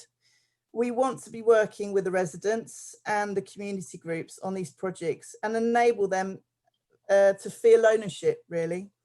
So consultation for both these projects will happen in both spaces, most likely now late September to beginning of October. We will also promote planting proposals on our notice boards, our website, and on social media, so people have the opportunity to comment on our plans. We want to get it right and give some time for people to come and see us or comment and enable people to have their say. Now, during lockdown, we were able to source 1,000 oak trees, and that otherwise might have been lost. And as part of marking this time in our history, we want to donate 1 or more oak trees to every school in Frome. In this way, these trees will become part of our town's story, and with the oaks growing and flourishing just like our students and communities. 1 oak will be planted at the old show field with Selwood Academy, and 3 will be planted on Mary Bailey as part of our overall planting scheme with Vallis, Avanti and St John's. Both Oakfield School and Frome College have said they would like to plant on their own grounds, and we are in conversations with the remaining schools. I'd like to say I'm delighted that we are going to be working alongside Frome Dissenters Cemetery, who are keen to see more trees planted on their grounds. Active and In Touch and Frome Focus are keen to be involved, and we look forward to working with them over the next coming months. And hopefully, Dougie, we can help with the more active bit for Active and In Touch here. I'm also happy to say the Duke of Edinburgh students at Frome College will also be supporting this project in clearing the rest of the space ready for tree planting and offering their skills making some compost bins for the site, as well as supporting the Wild About Trees project in other areas. Now, back in February, 500 to 600 trees were planted at Birchhill and 700 to 800 were planted at Waylands. Now, since February, we have experienced some dry months, and partly because of this, not all the trees have survived. We expected this and considered it in our initial planting that took place. Due to lockdown, our initial planned community care maintenance events were put on hold. However, we have been able to organise this in a fashion where the residents and nearby community have helped us mulch and water the trees at Waylands. Sadly, somewhat between 100 and 200 trees have been removed. It could be more at Waylands. This seems to be done to take back some of the space for recreational use. And as such, this is something we're recognised for future consultation and reflecting how we look after the space and the establishing trees. This means we are not planning to replant the trees in this particular area. Some of the trees that were taken were part of a line of smaller flowering cherry trees along the main path, and we are thinking about replanting these trees. But this is something we will discuss with the residents and other interested people and parties. As you already know, travellers established themselves at Waylands and were evicted last Thursday morning, and some further damage has been done to the existing trees. Our focus right now has been making the site hard to access. Again, by creating a ha-ha, adding some timber posts and plant some trees next to the the mound, making it as natural as possible, but difficult to get in.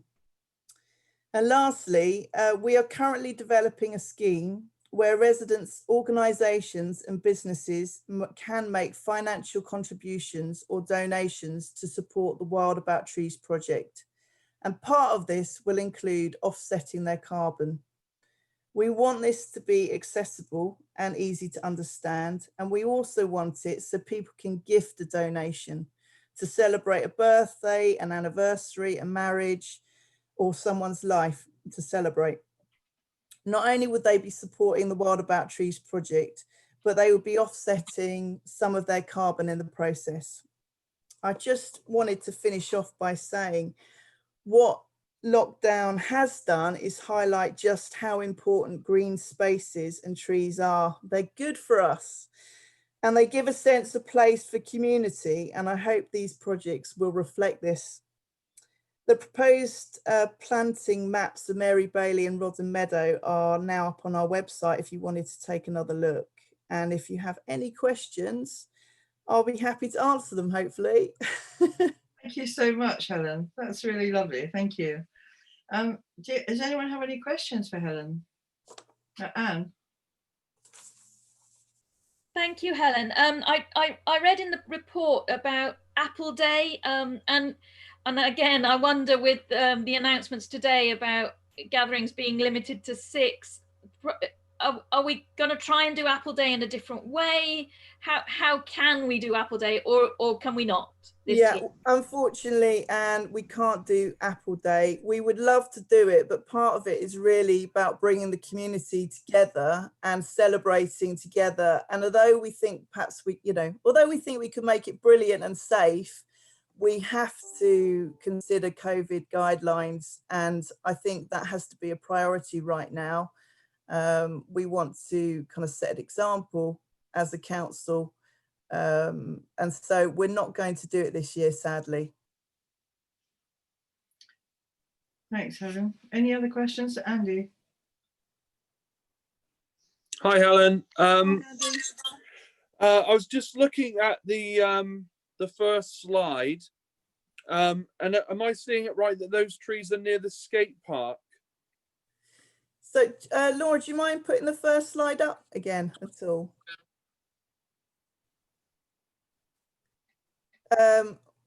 What you can see, Andy, is we are planning to plant some trees if you see on the right side of the skate park along the line, but we're not going to plant any more, because if there were options in the future, we wanted to extend the skate park at all, that would give us some options. Okay, yeah, that was basically my question, is because I know Chris isn't here tonight, which is a shame, but I know we've been chatting and stuff about a new skate park, hopefully, and there's a big movement for that within the youth in the town.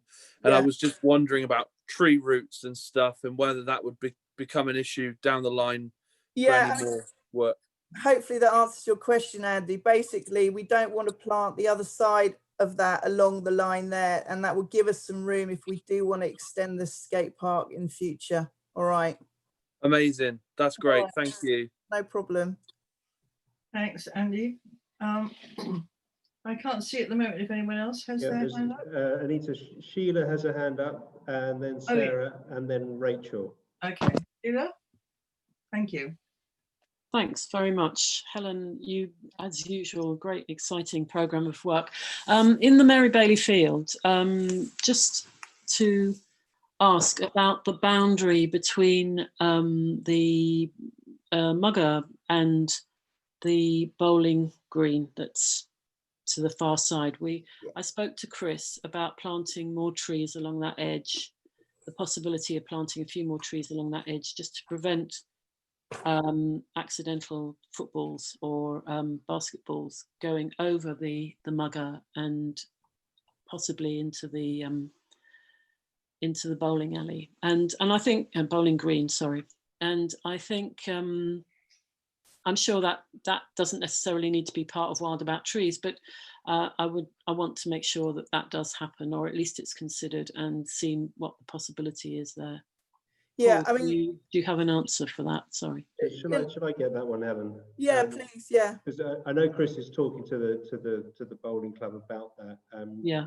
And he's looking at the various options, and I'm not exactly sure where he is on that. So I just sort of don't want to say anything. Yes, this will happen.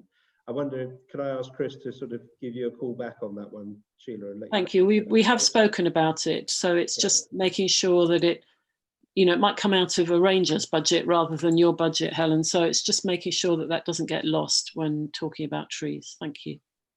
Thanks, Sheila. Sarah, and then Rachel, and then Andy.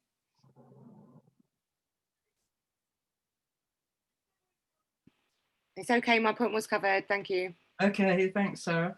Rachel. We have a question. We have a question from Adam Boyden. Okay. Adam, if you'd like to ask a question. Oh, hello there. It's Adam Boyden here, Mendip councillor for College Ward. The question, I think the report mentions Mendip land, including in and around Brunel Way. There's a large open space there which has been subject to the Mendip's new policy on rewilding, which has caused some issues with some of the residents, because they've seen that an area that they've previously used, like at Waylands, like for informal recreation, picnics, ball games, has been effectively taken away for a few months because the grass has been allowed to grow. And that's gone down pretty badly with some people. Some people mind it, but and similarly elsewhere in the ward as well, where more people are long established and not too happy to see things change. So I was wondering if you had plans to plant trees or help rewild or help community engagement there on Mendip land. It'd be good to be involved in that. I'm having a discussion with Hayley Wilkins at Mendip tomorrow as well about the long promised community engagement, and I understand that Town Council may be involved in that. So just wondered if you could elaborate on that at all. Thank you. Should I take that one, Helen? Yeah, of course. Yes. Yeah. Or I can answer that too. Oh, okay. Kate, crack on, mate. So I think, Adam, you probably know that Chris has been talking to Hayley about it, and we're waiting for Mendip to come back to us with their plans for community engagement so that we can look at how that will dovetail with our community engagement, and we can make sure we work together, because there's probably an element of community development that's required, so we can put a bit of a team in place to work alongside Helen and Hannah to do some work in that area. Thank you. And I think community engagement is something that Mendip is probably not very used to in the very local areas, like an area around an open space. That's something that Town Council is, of course, very practiced in, and that, of course, not always gets it right, such as at Waylands. So yeah, I mean, I'll be very interested in trying to progress that. Definitely. Thank you. Thanks, Adam. Thank you, Kate. And Andy, did you have a point?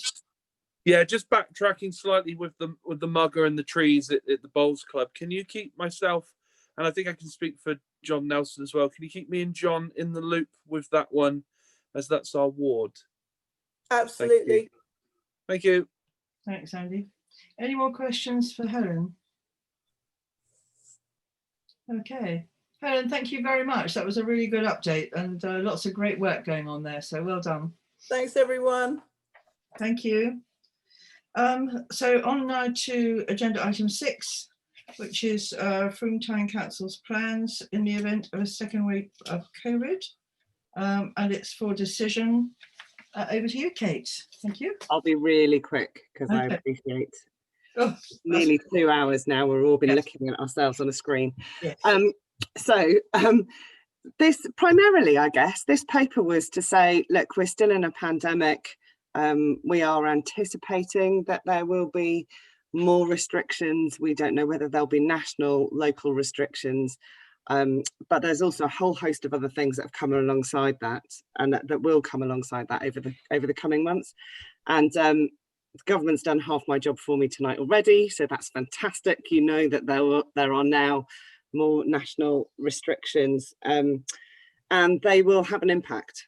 They will particularly have an impact on people and families who are lonely, isolated, or indeed, like myself, live with a family of 6 of us, so can't actually see anyone else now, or at least all together.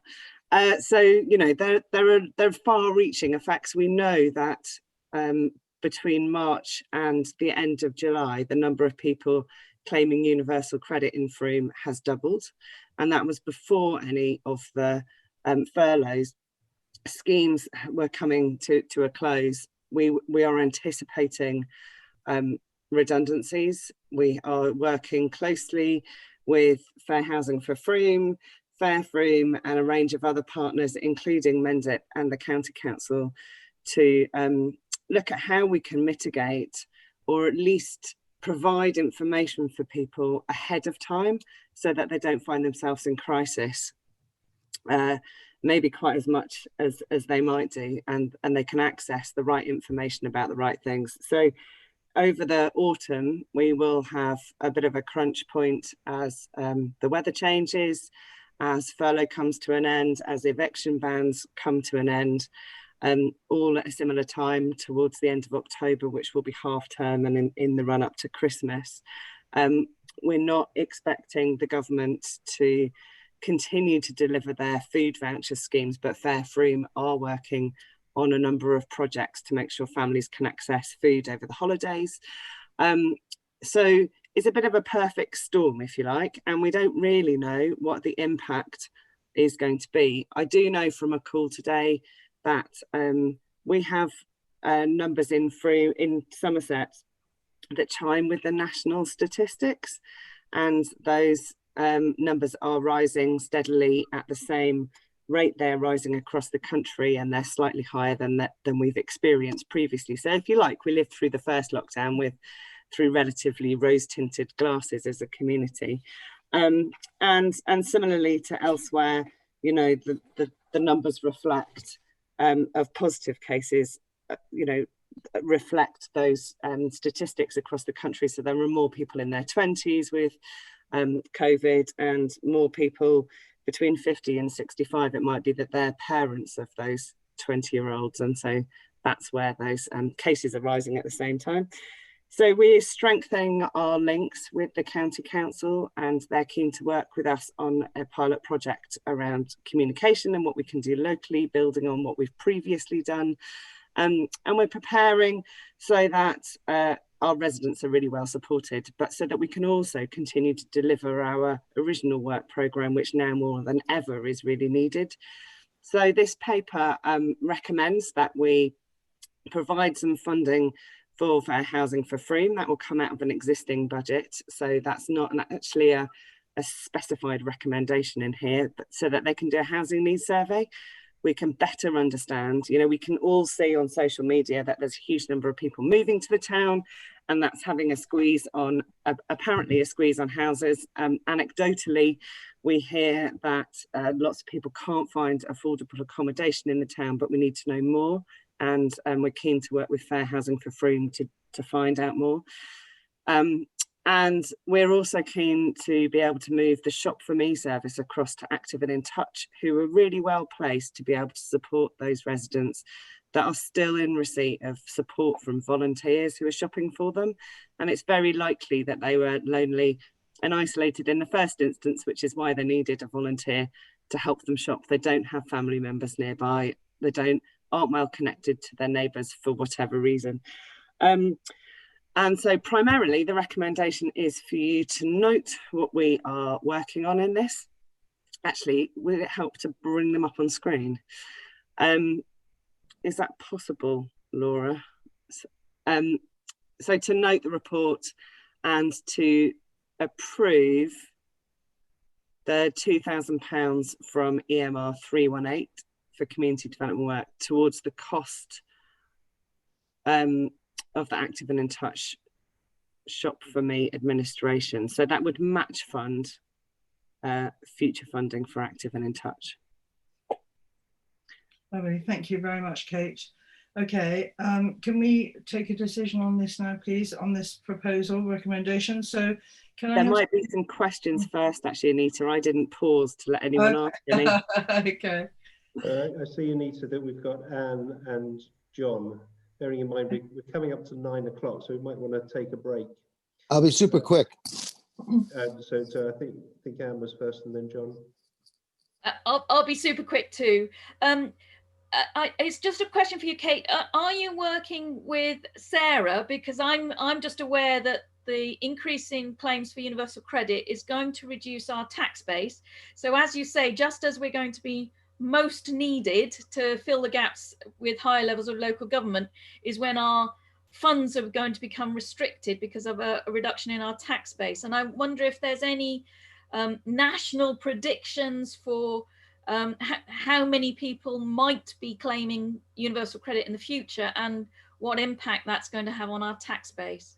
So I have a regular meeting with a colleague at Mendip, and it's a regular agenda item, if you like, that they are anticipating having a better idea of the number of people that have been claiming the council tax relief. Yeah.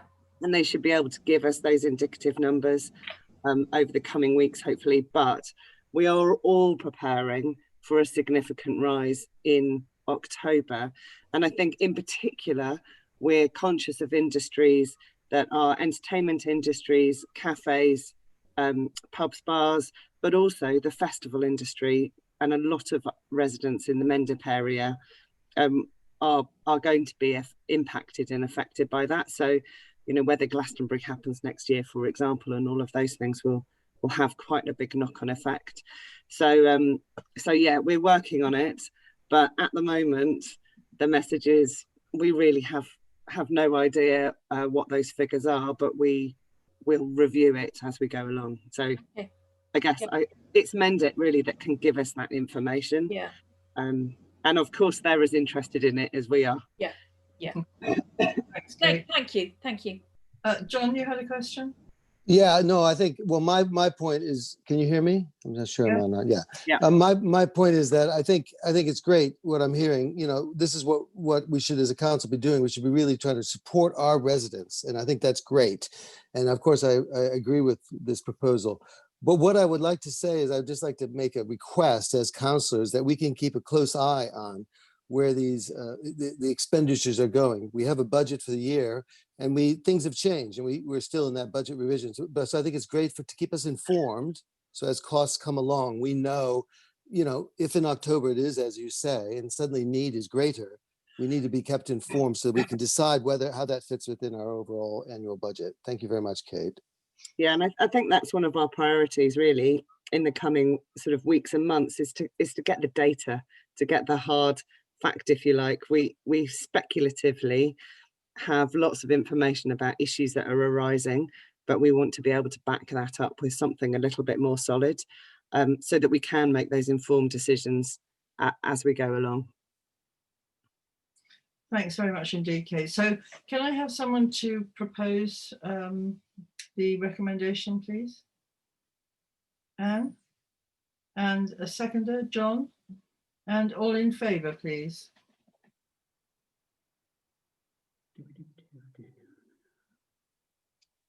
Paul, I'm sorry, can you see everyone? I think I can, yep.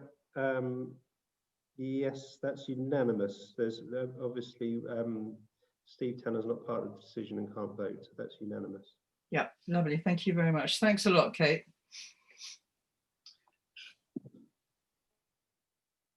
Okay, can we go back to losing the screen share, do you think, Laura, please, if that's okay? Thanks very much. Okay, look, I'm very conscious that, you know, time is passing. We've just about gone over the 2 hours. We've got one more agenda item and then 2 very, very quick annual general meetings. If I thought we could get through these in 10 minutes, we'd keep going. But if you feel the need for a break, it means we'd have to come back. So I don't know what the general feeling is. Would you like to, hands up if you'd like to continue? Just go on, but can we try and keep this within 10 minutes, please? Okay, right, okay. Agenda item 7 then is for ratification. And it's Sarah, I think you're delivering this, please. Thank you. Hi there, it's going to be very quick. There's no slide for this. It was a decision at Town Matters that we need to have ratified. The Town Matters meeting ratified the projects, and the councillors by email voted for how it would be funded, which was a transfer from the EMR to 4,000 for the traffic consultant on school streets and 1,000 on the Field to Fork project. So this meeting is asked to ratify the decision taken on Wednesday the 5th of August. Thank you, Sarah. Are there any questions for Sarah on this one? John? Yeah, no, so I think the situation has changed since that decision was taken back there. And I don't think we should ratify this because we've just approved to move it forward on the marketplace. And this is £5,000, which we could put to that. This is a donation from an external donor who I believe will be quite happy to put it into this. The donor has already changed from the Climate Assembly and to a couple of other projects. And I think he'd be quite willing to put this right straight into the marketplace because it's a prominent thing. It's a really good thing for a donor to be involved in. It'll involve businesses, etc. That's the first point. There are other points about the actual funding that's going to be delivered, which did not, in my view, particularly on the grants process, follow the financial rules and other things like that. So I think this is the decision, and I've shared my views with councillors in advance, and I'd be happy to discuss this with anyone afterwards. But I think if we said no, or if we could amend this to actually say, yes, we will reallocate this donation, but reallocate it to the marketplace, because that'll give us a £5,000 boost to this instead of shutting off streets and giving grants to people or organizations who don't follow our well-established granting procedures. Thank you very much, Anita. Okay, Sarah, would you like to come back, or Paul? Could I just say, John, the decision's already been made. This isn't for something that we can change now, because the decision was made at the last Town Matters meeting and councillors voted by email. I know you might think that's unacceptable, but that's what's done. It's a ratification. But then why are we having it on an agenda for ratification? There's no point, it's just rubber stamping. Okay, audit purposes. You are rubber stamping, absolutely, yeah. Okay, any further questions for Sarah? Okay, could we have a proposer then, please, for the ratification? Anne, and a seconder? Second, Rich, thank you. And all in favour?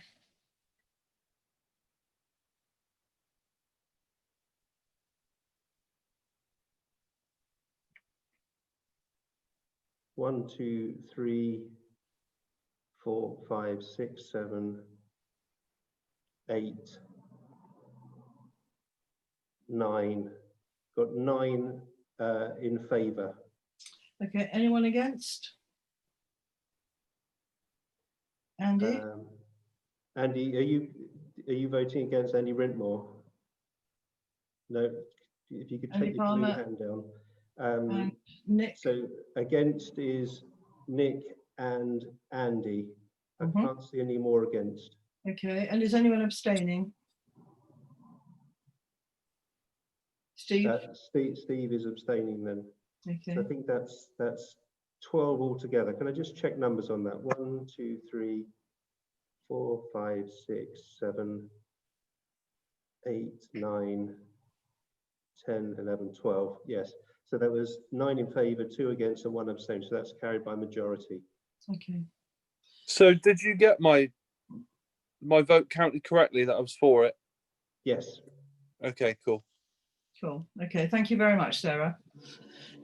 So finally, we need to go on to the annual meetings of the Mary Bailey Playing Field Trust and Theodora and the Gross for an Open Space Trust, and look at the agenda for those. So, Paul, this is just a case of going through an annual general meeting, I believe, isn't it, really? Yes, it is. Yeah, the town council meeting is now closed, and we've now moved into the annual general meeting of the Mary Bailey Playing Field Trust.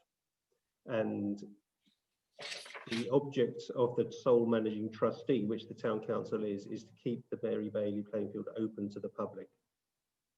So the first item there is to approve the minutes of the last meeting, which was this time last year. And secondly, to instruct me to fulfill the duties of the trust on its behalf. Yeah. So there are 4 points on the agenda. Sorry, 2 points on the agenda, and 3 and 4 there are the recommendations. And just maybe save time, they're exactly the same things for the next annual general meeting of the Theodora and the Gross Trust for an open space. So is the proposal purely to accept the recommendation, really? Yes, the recommendations are to approve the minutes of the last meting held on the 17th of July 2019, and to instruct me to fulfill the duties of the trustees, which is to keep the gate open. Right, so can we have a proposer for that, please? Sheila. Rich to second. All in favour? Sorry. I wanted to ask a question. Sorry, Sheila, I beg your pardon. Paul, can you just clarify? I absolutely understand that the role is to keep the park open, but I understood that Mary Bailey donated the park for the play and pleasure of youth of Frome. So is it just to keep it open, or is it to extend the capacity for kids to play in that park? Just because there is an impact in things like having more trees on the site and all that sort of stuff. Well, children can play in trees. Yeah. No, I absolutely agree. I just wanted it clarified. Yeah, the objects of the charity is to keep the Mary Bailey Field open to the public, and the preamble is around to enable children to play in it. Yes, the objectives of the trust is simply to keep it open. I would like that clarified about the fact that it was donated for the children of Frome, to make that clear in the minutes, if that's possible. Yeah, we can do.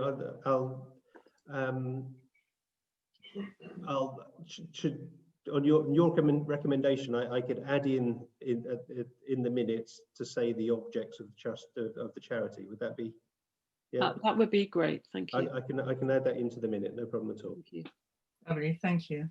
So did we have our seconder and a proposer and seconder? I think we did. Can we have all in favour, please? So hang on. Did we have? Was it Rich? Was it Sheila and Rich were the proposing and seconding?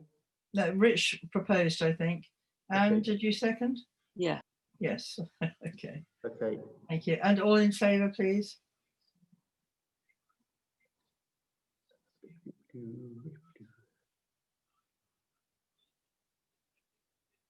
That's unanimous. Thank you. And we need to go through the same process for... Yeah, that's the end of the Mary Bailey trustee meeting. We're now moving on to the Theodora and Lagros. And you'll see some similarities here because they're the same.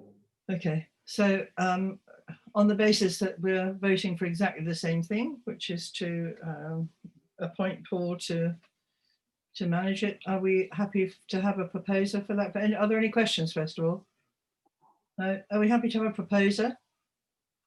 Nick and Rich to second. And all in favour?